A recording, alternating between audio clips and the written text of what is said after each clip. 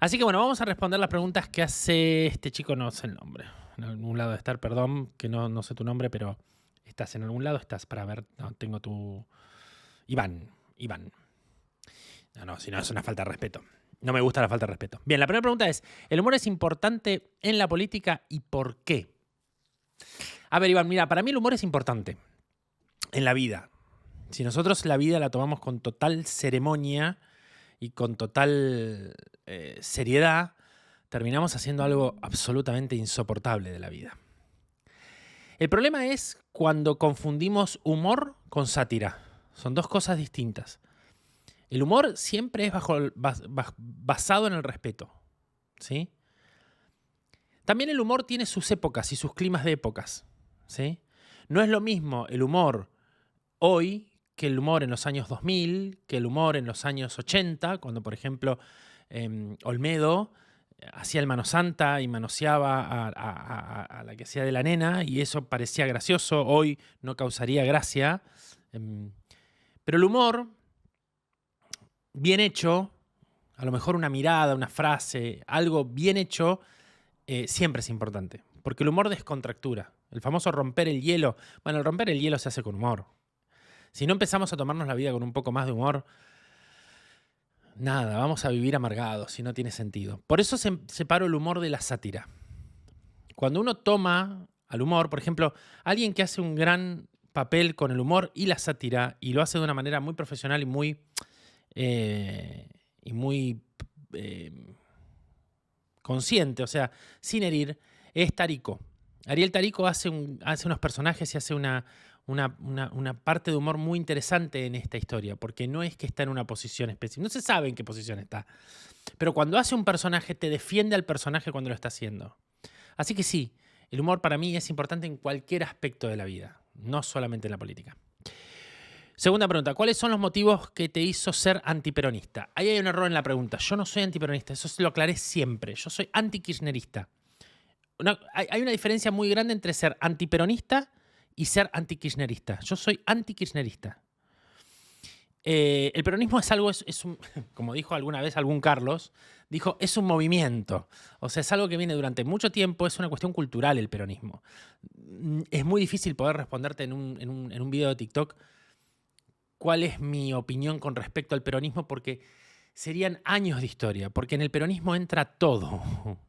Entra Perón, entra Isabel, entra López Rega, entra Menem, entra Cafiero, entra Bullrich, mirá lo que te digo. Entra Néstor y Cristina, más o menos. Entra Dualde, bueno, es enorme la lista que entra, ¿sí? Alperovich. Bueno, mi problema no es con el peronismo, mi problema es con el kirchnerismo. ¿Y por qué qué me hizo ser antikirchnerista? La mentira del kirchnerismo. El kirchnerismo mintió desde el 25, por lo menos a nivel nacional, desde el 25 de mayo de 2003, siempre. Se hicieron amantes de los pobres, a los que detestaron siempre.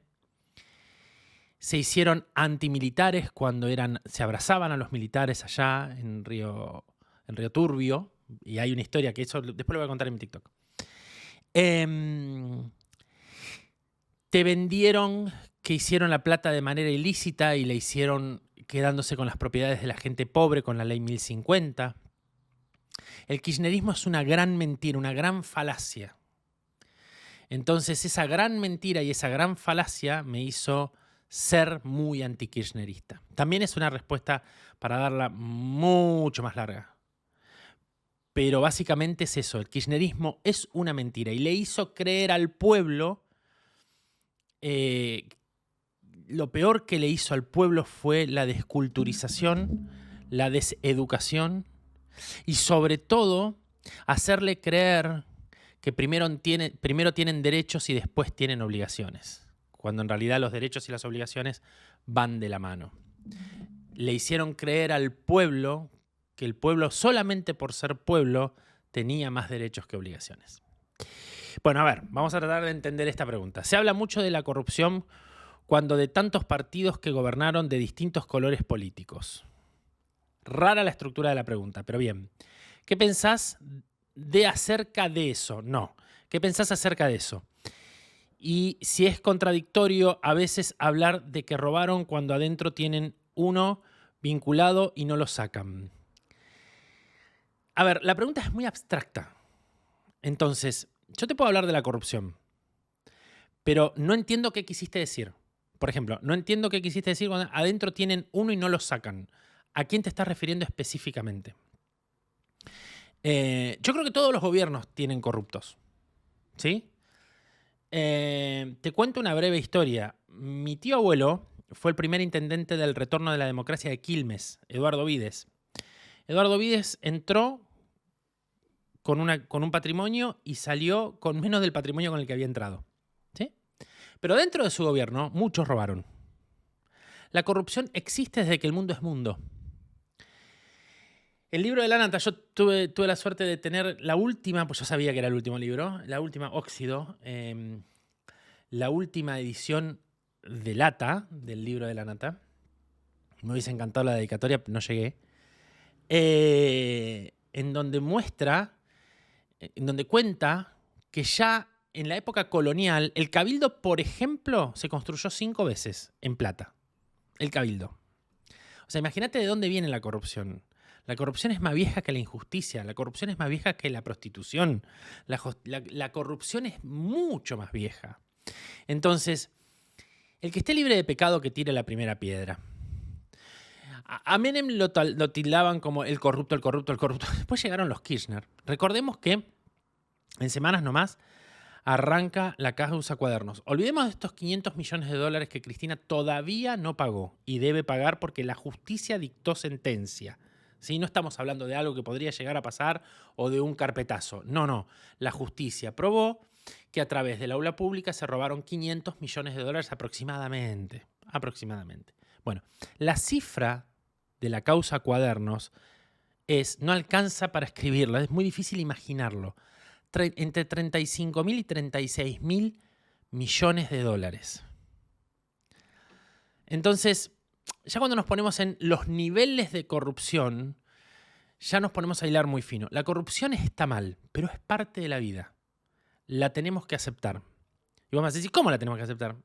Y sí, si no, terminamos siendo unos estúpidos creyendo de que todos vamos a ser libres de pecado. Sí creo en el presidente con respecto a la corrupción, a que él no es corrupto. Pero ahí también es una respuesta mucho más compleja que la que te tengo que dar. Pasemos a la pregunta 4. ¿Cuál es tu mayor incomodidad social? Me refiero a problemáticas, ejemplo, racismo, violencia de género, etc. Para mí mi mayor problemática social, son varias, pero la peor es la falta de educación. La falta de educación hacia el otro. Hoy, por ejemplo, nos cagamos, perdón esta palabra, me podés poner un pip si querés, pero nos cagamos en el otro. Los vecinos se cagan entre ellos. Los límites, yo ya lo decía en un vivo en TikTok. Hay una norma de convivencia general que es tus límites terminan donde empiezan los míos. Nosotros nos cagamos en esa regla. O sea, mis límites terminan donde yo quiero y vos cagate. Eso a mí me pone de mal humor. Después, con respecto a socialmente, el racismo existió, siempre existe.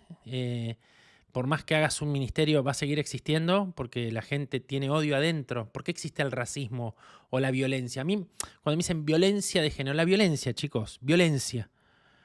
Violencia, la violencia es violencia. Porque yo siempre pregunto esto. Por ejemplo, lo que pasó con estas chicas, ¿no? Que lo quisieron catalogar como un triple femicidio. Y no, fue un triple crimen narco. Pero bueno, que el femicidio existe. Tiene que darse ciertas normas para que se considere femicidio. Pero vamos a esto. ¿Existe la violencia de género? Sí. ¿Sabes quién recibió violencia de género? Lucio. ¿Se acuerdan de Lucio Dupuy? Él recibió violencia de género por parte de su madre, por parte de la pareja de su madre, por parte de los médicos que no hicieron nada, por parte de las docentes que lo veían y no hicieron nada. Por parte de la jueza, abortista, feminista, que por una cuestión de conveniencia se las dejó a las madres, a la madre. Así que sí, la violencia de género, como te imaginarás, también me molesta. ¿Crees que los medios de comunicación, sea de un lado o del otro, sea que estemos tan divididos como sociedad, o depende de la falta, o sea, de la falta crítica de cada uno mismo de dejarse influenciar? Bien, ahí lo que vos estás preguntando es si yo creo que los medios son los que nos están influenciando para dividirnos como sociedad. No, los medios hacen su negocio. Vamos por parte. Va a ladrar el perro porque los vecinos se cagan en todo y el perro ladra. Vamos por parte. Acá no tenemos un problema, acá no hay un problema de que nosotros, a mí me influye Feynman y al otro le influye Dugan. No, sería ridículo. O sea, si yo me sentara o sentase a ver a Feynman y lo que dice ese Feynman para mí fuese palabra santa, soy un estúpido que no tengo espíritu crítico. No, Argentina y gran parte del mundo, pero sobre todo Argentina, se maneja por la pasión. Boca y River son pasiones, ¿sí? Lo mismo pasaba con la música. O sea, vos tenías en los 80 había dos bandas, no vamos a entrar en detalle, tampoco me voy a poner musical ahora. También el que amaba Soda odiaba. Siempre pasó esto de los dos bandos, ¿no? El fútbol es gran clarificador de esto. Los de Boca no quieren que gane Boca, quieren que pierda River. Y si es posible que se muera un hincha, mejor, lo van a disfrutar más. Esa es parte de la idiosincrasia de este país. El kirchnerismo tomó esa división y la tomó como bandera y divide y reinarás. Hizo esta grieta. Yo no sé cuántos años tenés vos, Iván, o la gente que te mira a vos, pero la realidad es que cuando gobernaba Menem en la década del 90, Menem fue uno de los pocos políticos, peronista también, que no necesitó dividir al pueblo para poder gobernar. Todo el mundo odiaba a Menem, todo el mundo. El 100% de las personas odiaban a Menem. No sabía bien por qué, pero todo el mundo odiaba a Menem. También es un capítulo aparte, cuando quieras lo charlamos. Yo tengo una opinión de Menem muy específica, pero bueno, la realidad es que ahí no había grieta. No había grieta. La grieta nace con el kirchnerismo. La grieta, palabra que puso la Nata, la grieta nace en el 2008 con la crisis del campo. Antes de la crisis del campo no había grieta. No había grieta porque tampoco se veía lo que estaba haciendo el kirchnerismo.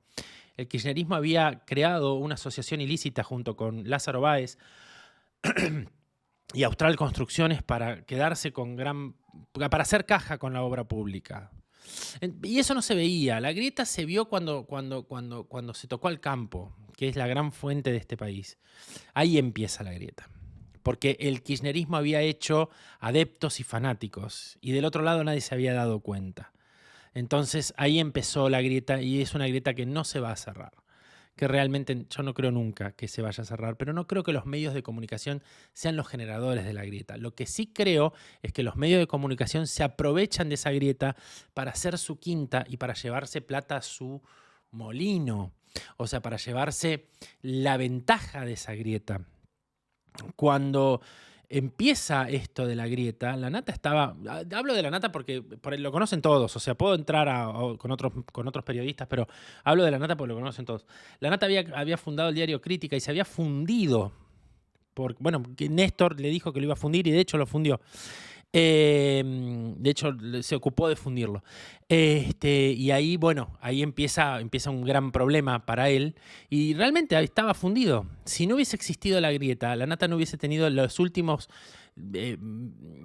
años de vida como lo tuvo. La Nata terminó más o menos con una muy buena posición económica. Y la Nata hizo esa fortuna gracias a la grieta y gracias a que era un gran periodista. Y que hacía... A ver, nosotros sin la Nata no nos hubiésemos enterado de la ruta del dinero acá, no nos hubiésemos enterado... Bueno, no me voy a poner a listar todo lo que ha hecho la Nata y todo lo que le ha dado al periodismo. Vuelvo a repetir, yo creo que no son los fundadores de la grieta ni son los que la crean, pero sí se benefician con ella.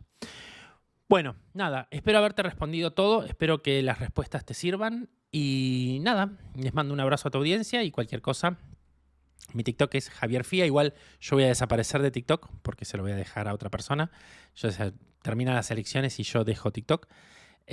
Mi cuenta va a seguir existiendo, pero bueno, yo no voy a estar más. Así que nada, les mando un abrazo grande. Chau.